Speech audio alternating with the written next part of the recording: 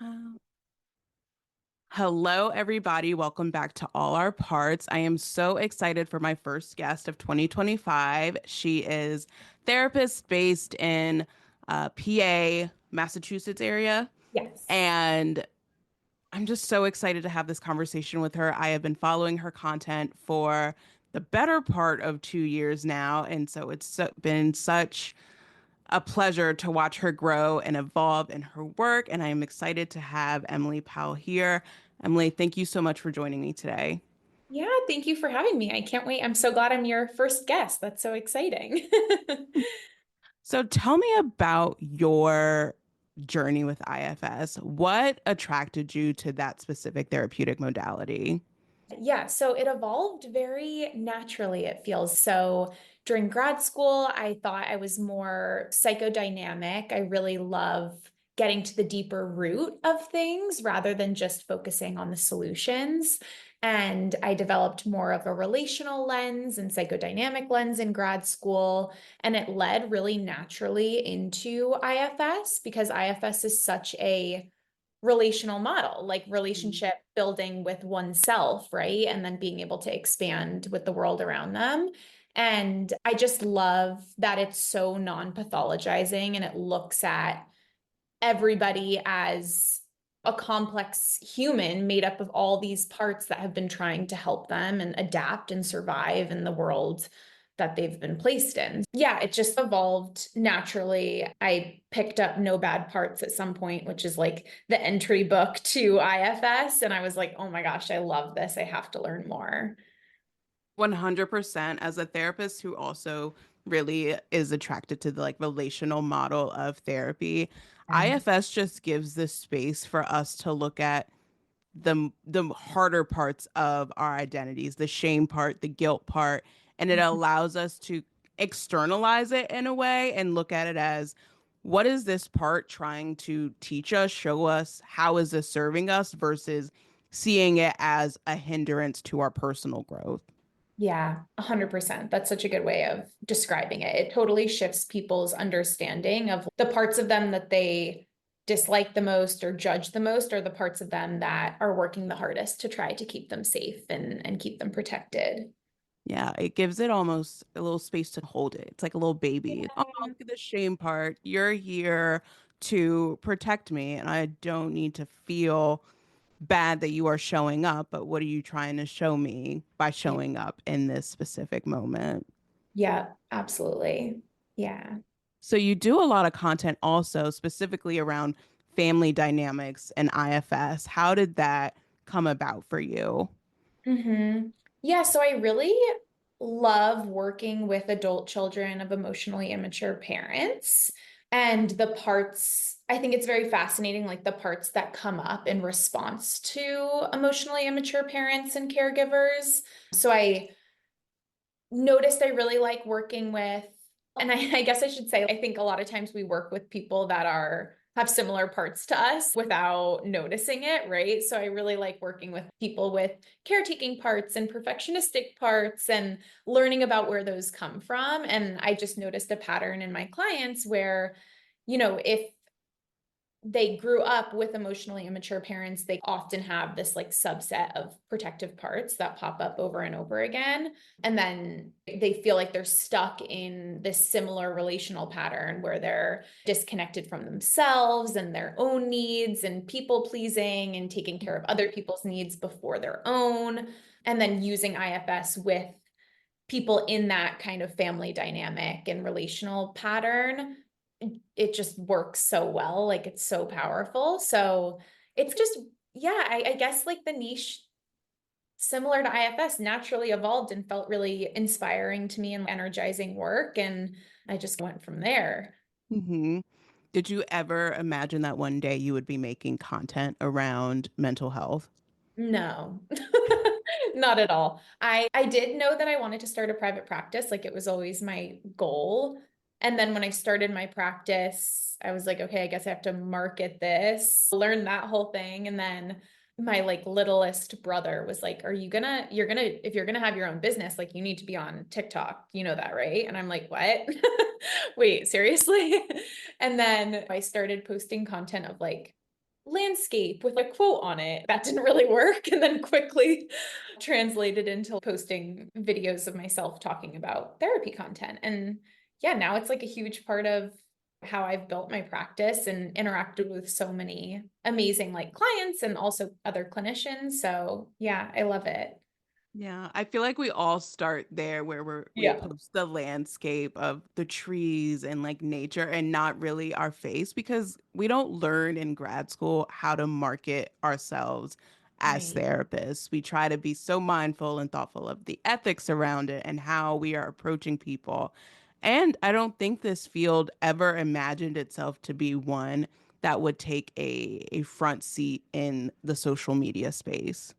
Yeah, totally. No, I could have never imagined in grad school this is how I would build my practice, but I also just love being able to reach more people outside of folks who are even in therapy and be able to talk about these topics that a lot of people struggle with but don't have the words or language to put to it.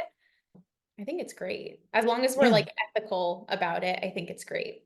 100%. It's made reputable information much more accessible, and it's given a lens, I think, to people to see what kind of clinicians out there. Not everyone is a blank slate model, not everyone being able to gravitate towards a therapist and see their personality kind of firsthand without having to do the consultations call.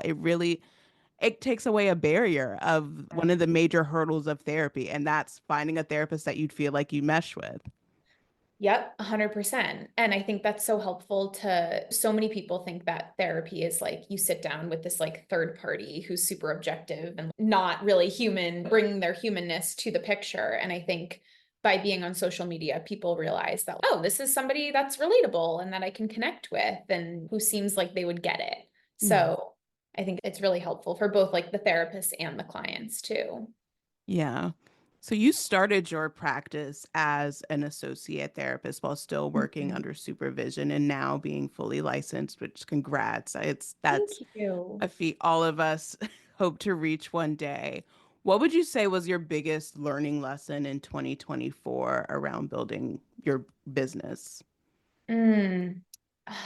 There's so many. I feel like building a practice, we are not taught that in grad school. So everything feels like a learning lesson. I think starting as like an associate or someone who was pre-licensed was really hard. I started in 2022, like pretty soon after I had graduated, and I was still working for an IOP and a group practice. And then I like branched out a little bit on my own. But I think facing some of the like more antiquated viewpoints in the mental health system of like you have to work in community mental health for 10 years before you like deserve to be in private practice, or you have to pay your dues, and like coming up against some of those ideals from other clinicians or like just generally people in the field was really hard because I already had enough imposter syndrome, let alone dealing with other people's kind of judgment and projection onto Mhm. me around it. So that was definitely the hardest in the beginning. And then in 2024, I think the hardest thing that I faced was like the process of getting licensed and how difficult that was. I was living in Pennsylvania at the time and applied for Pennsylvania and Massachusetts at the same time, and dealing with the totally different boards and like standards of each board was really demoralizing and confusing and like ambiguous. So I think that's another niche of what I love doing is helping pre-licensed folks like access licensure, and then also realize that in some states you don't have to be fully licensed to start a Mhm. practice. You need to be supervised, and there's definitely a lot of things I would recommend around it, but you can do it. And like I feel like the field in general kind of wants you to not know that for some reason, but you totally can. And like it's so gate kept. And I hope to spread awareness that it's not as hard as it's made out to seem in ways. Yeah, you just spoke to so many points that, especially the imposter syndrome, because again, we go through grad school and then the narrative is you go through grad school and then you're expected to work in a community-based setting, really earn your stripes to work in this more autonomous space. Whereas when we think about offering quality care, we have to work in an environment that is conducive to us being able to offer that. And Yeah. so it community is not for everybody. There's people who love it, and then there's people who will thrive in the entrepreneurship space of private practice. And I think one of the narratives that I hope to expand on is that neither is good or bad. There's no qualifier to working in either one. But if we as clinicians want to offer quality care, then we should be encouraged to work in environments that are conducive to us being able to provide that. Totally. And it's so much individual blame on the clinician when the whole system is so broken and backwards. And we could go on. If insurance was a better system, then like there would be more access to therapy, but that's not on the individual clinician. Like we can advocate and we can try to do what we can, but we can't fix the insurance system. So I think similar with community mental health, like I'd love to be able to work with I worked in community mental health for my internship and I loved my clients and I loved the individual work I got to do, but the Mhm. politics and the system and the burnout, like I left so depressed and so burnt out after 1 year in community mental health. And I was like, this isn't sustainable for me. I wish it was, and it's not. Yeah. Yeah. I love this shift now where we're looking at what does it look like to be in this field in a sustainable way? What Yeah. does it look like for us to not only wake up, go to work, and like just do the bare minimum, but what does it look like for us to still sustain ourselves while offering the best care to clients? And that shift, I think, is empowering so many clinicians, especially as they're going through grad school, to see people like you who are dismantling these ideas of what it means to work your first couple of years outside of grad school. Yeah, totally. And I think I always say the reason I am able to show up 100% most days for my clients is because I have probably half the number of clients that I would if I was in community mental health. And I'm niching in the area. It feels energizing to me. I'm not this general person seeing all sorts of different presentations. And I'm able to work from home most of the days and do my laundry between sessions. Like all of those things feel really important to me and my ability to like continue to be inspired by the work rather than burnt out and drained by it. Yeah, I found the second you feel that energy, like that flashlight go out a little bit, is when it's time to reassess. Is there a different niche that I want to explore? Is there a different area, population that I want to start working with? Us feeling equally as energized and excited about the work is what allows us to convey that message to our clients, and it's what gravitates clients like to work with us and to want to be in Yes. therapy. Yep, 100% agree. What would you say was a huge contributor to you navigating your imposter syndrome? I know you brought that up earlier, and I feel like it's something that always is in the back of our minds for us. It never goes away. But what has been a huge support for you and being able to quiet that noise and continue moving forward? hmm I think I had the privilege of amazing supervisors. I did have one supervisor who wasn't a fit, but like outside of that, I really loved my supervisors and I felt like they believed in me, like during moments, not to sound super cheesy, like I didn't believe in myself and I didn't Hmm. know if this was like for me or if I was cut out for this. So definitely having that, whether it's supervision or mentorship of some sort. And then I have this peer consultation group that I meet with once a month, and we all use parts work and relational frameworks and just having other folks in the field who get Hmm. it and talking about private practice and all the things that come with that too is really helpful. So I feel like what I'm getting at is community of other clinicians who get it and who use similar frameworks and just look at therapy in a really similar way as I do.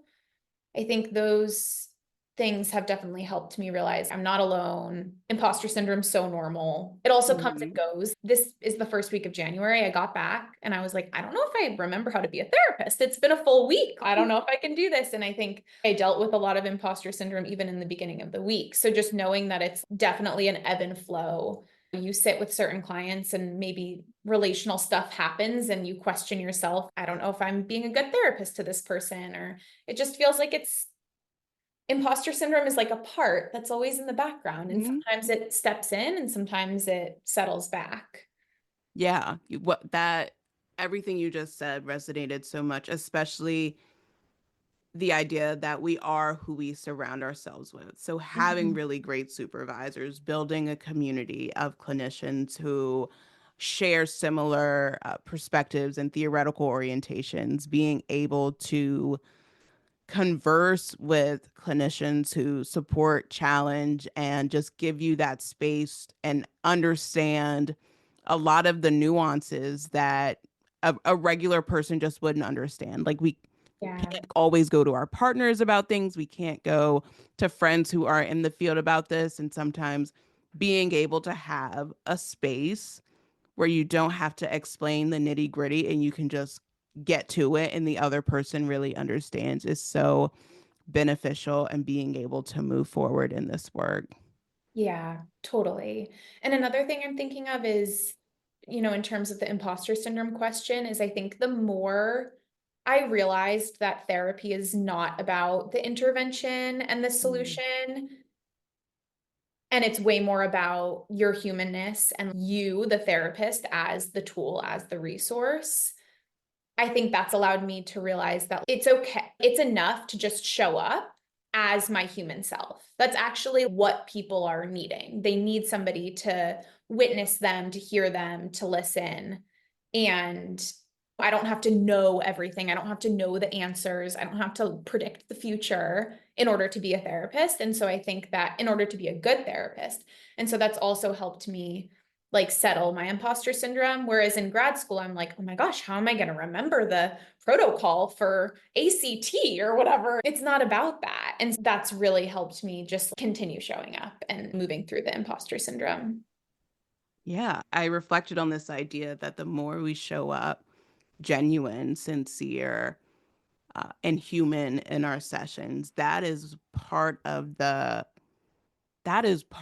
intervention. That's its own intervention in and of itself because there are so many people in this world who don't receive that in their personal lives from family, from friends, from their relationships, whatever the case may be. So offering a space where they get to be seen and cared for just as they are, to be treated as whole just as they are, and we're simply allowing the person to evolve in their own way and being a co-collaborator in their healing is it's like such a privilege. Yeah, totally. I love that. I love that co-collaborative idea. And yeah, the therapeutic relationship, in my perspective, is the healing vessel. That is where the work lies. Yes, when I am with you, I'm grateful to have a supervisor that also shares in that sentiment. And so when you have a supervisor that also understands you, it allows you to grow in a way that feels aligned with who you are. And she is a Yeah. huge proponent in that there is no intervention that is going to be successful if the therapeutic relationship isn't there. Yeah.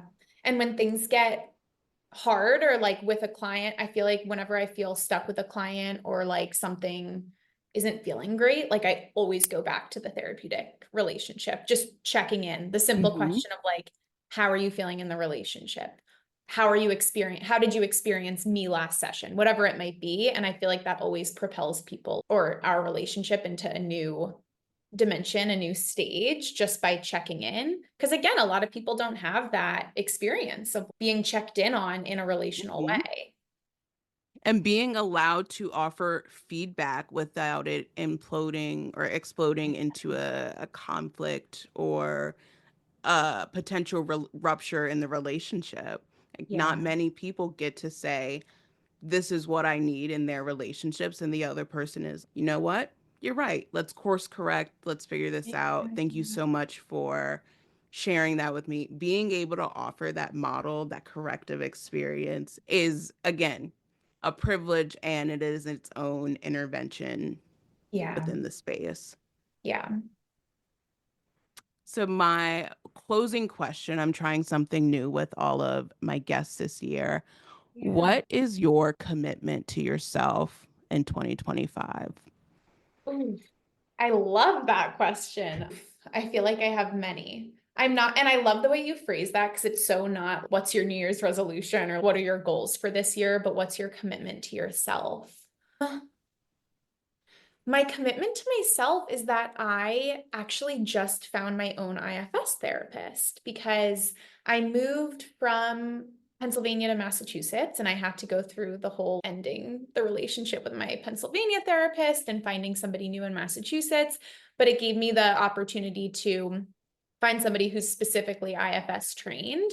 And I do this work all day, every day with my clients, and I do it on the side on my own, but I haven't had my own IFS therapy. So I'm really excited to get to know all of my parts a lot better. And yeah, hopefully to be able to continue building self-compassion through the lens of us. Um, I think I'm really excited about that this year. Congrats. The Thank commitment you. gets to be the commitment to yourself to Yeah. continue to grow and Yeah. evolve and making sure you are taking the absolute best care of yourself to also take care of your clients because they both work hand in hand. Yeah. Yeah. I'm excited. Well, What's yours? Emily, Can I ask? I said, what's yours? Can I ask? you absolutely can. My commitment this year is to be present. Oh. And I, to elaborate on that, I was working on my vision board this year, the very physical, tangible one, and it wasn't coming to me. And Mhm. typically, I am a planner. I am like, you know what? I need to have the vision right now. But I'm like, what if the vision is still evolving? What if I am right now in the right spot of the vision? And it's going to continue to grow because there's so much potential in the year. It's only January, and we Mhm. have this high expectation to have our goals locked in, ready to go when reality we get there's potential. Things change, we shift, we grow as people, and so allowing the space for opportunity is definitely a commitment for myself this year. I love that. And I feel like when we're open, like this wealth of opportunities comes to us. Whereas when we're like constricted and so confined to certain goals and rigid, it's when we close ourselves off subconsciously without even noticing it.